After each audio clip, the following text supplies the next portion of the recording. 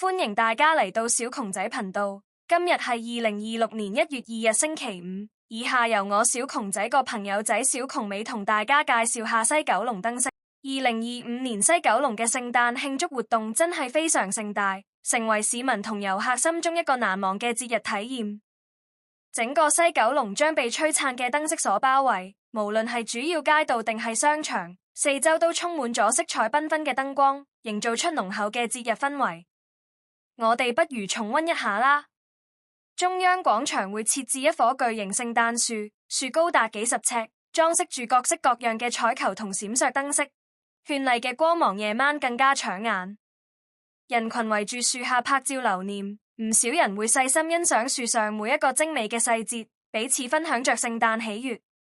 除了聖誕樹，周邊嘅聖誕市集亦會吸引大量人潮。市集上有售賣各式各樣嘅手作聖誕禮品、傳統美食同特色飲品，讓人可以品嘗到地道嘅聖誕風味。仲有現場表演，包括音樂表演同舞蹈，將節日嘅氣氛推向高潮。